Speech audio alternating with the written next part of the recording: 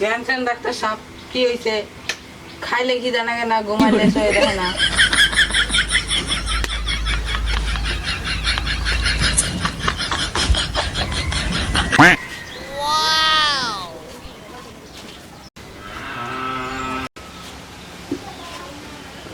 এত বিরাট কঠিন এই জ্বরের তো শেষ নাই, 125 ডিগ্রি জ্বর আছে। আমি এই যে ওষুধ দিচ্ছি, তুমি ওষুধ নিয়ে খাইবা 3 বেলা।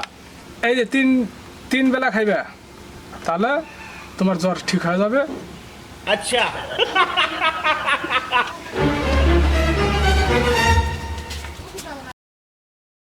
এই ডাক্তার কি ওষুধ দিলা? তুমি তো কইলা যে 3 বেলা খালি ঠিক আছে, এখন ঠিক না। এই ওষুধ তো বোতলে সব রয়েছে, ওষুধ তো খাও নাই।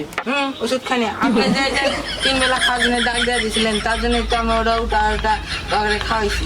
আরে ও মন্দির বেটা, সব দিছি, দাগ দিয়ে দিছি ওষুধ, এই দাগ অনুযায়ী ওষুধ খাওয়ার জন্য। দাগ অনুযায়ী ওষুধ না খায়া তুই এই দাগ তুলে খাইছিস ওষুধ না খায়া, জ্বর হারবো।